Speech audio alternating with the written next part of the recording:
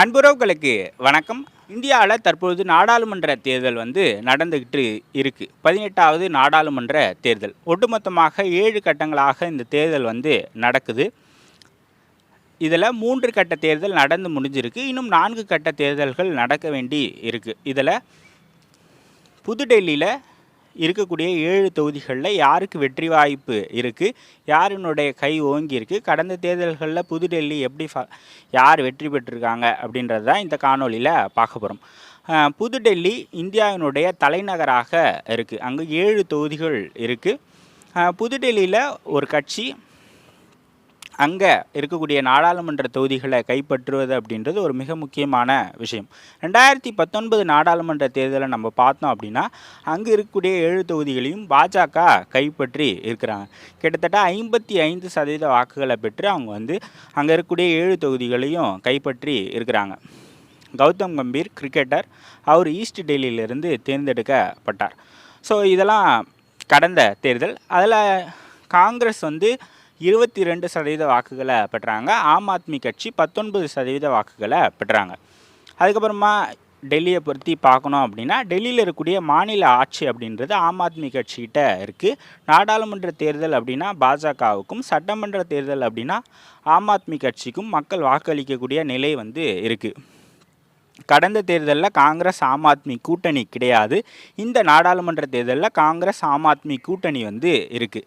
ஒட்டுமொத்தமாக டெல்லியில் 7 தொகுதிகள் இருக்குது.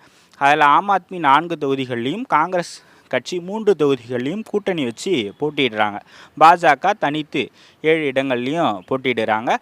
டெல்லியை பொறுத்த வரைக்கும் அங்கே இருக்கக்கூடிய ஃபைட் அப்படின்றது பிஜேபி வர்சஸ், அதாவது என்டிஏ வர்சஸ் இந்தியா பிளாக் அப்படின்னு இருக்குது. ஏற்கனவே சொன்ன மாதிரி 7 தொகுதிகள் அங்கே இருக்குது. 6வது கட்டத்தில் தான் டெல்லியில் எலெக்ஷன்ஸ் நடக்குது. நான் ஏற்கனவே சொன்ன மாதிரி 2019 பிஜேபி 55% வாக்குகளை பெற்று வெற்றி பெற்று இருக்கிறாங்க. அது ஆப்போசிஷனில் இருக்கக்கூடிய ஆப்போ, இந்தியா அலைன்ஸில் இருக்கக்கூடிய ஆப்போ ஐஎன்சியினுடைய ஓட் ஷேர் பார்த்தோம் அப்படின்னா ஒரு 22 + 18 அப்படின்னு இருக்குது. ஒரு 40% ஜெல் ஆச்சுன்னா ஒரு 40% அப்படின்னு சொல்லலாம். பிஜேபி ஒரு 55% வாக்குகளை வச்சுருக்கிறாங்க. இந்த எலெக்ஷன்ஸில் ஒரு மிக முக்கியமாக பார்க்க வேண்டிய விஷயம் அப்படின்றது அரவிந்த் கெஜ்ரிவால் அவர்களுடைய கைது. அரவிந்த் கெஜ்ரிவால் டெல்லியினுடைய முதலமைச்சராக இருக்கிறார். ஒரு முதலமைச்சர் கைது செய்யப்பட்டிருக்கிறார், அவர் ஜெயிலில் இருக்கிறார். அதை அந்த யூனியன் பிரதேசத்தில் இருக்கக்கூடிய மக்கள் எப்படி பார்க்க போகிறாங்க, அதை அநீதியாக பார்க்க போகிறாங்களா, இல்லை அதை சரியான விஷயமாக பார்க்க போகிறாங்களா அப்படின்றது இந்த தேர்தலில் வாக்களிப்பதில் ஒரு மிக முக்கியமான விஷயமாக பார்க்கப்படும். ஏன்னா அவர் தான் முதலமைச்சராக வேண்டும் அப்படின்னு மக்கள் வாக்களித்து அவரை முதலமைச்சர் ஆக்கியிருக்கிறாங்க.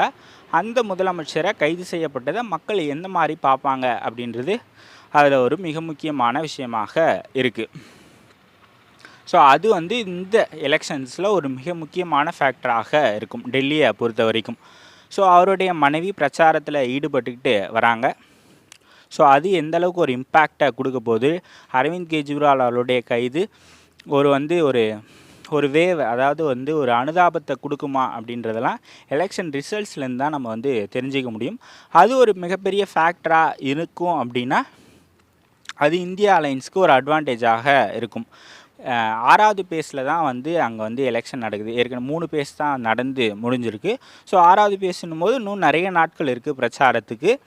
ஸோ அங்கே இந்தியா அலைன்ஸ், அதாவது ஆப், அதுக்கப்புறமாக காங்கிரஸ் அலைன்ஸ் எந்தளவுக்கு ஜெல்லாகி ஒர்க் பண்ணுறாங்க அப்படின்றது இந்த எலெக்ஷனில் ஒரு மிக முக்கியமான விஷயமாக பார்க்கப்படும். இதில் நார்த் ஈஸ்ட் டெல்லியில் போட்டியிடக்கூடிய கன்யாகுமார் அவர் காங்கிரஸ்லேருந்து போட்டியிடுகிறார்.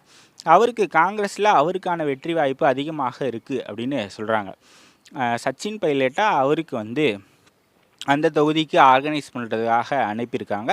சச்சின் பைலட் ஒரு பெரிய ஆர்கனைசர், அவர் நல்லா ஒர்க் பண்ணுவார் அப்படின்னு சொல்லி அவர் அங்கே போட்டிருக்காங்க. அவர் அங்கே வெற்றி பெறுவதற்கு வாய்ப்பு இருக்குது அப்படின்னு சொல்கிறாங்க. மற்ற இடங்கள்லாம் பிஜேபிக்கு தான் அட்வான்டேஜ் அப்படின்னு சொல்கிறாங்க.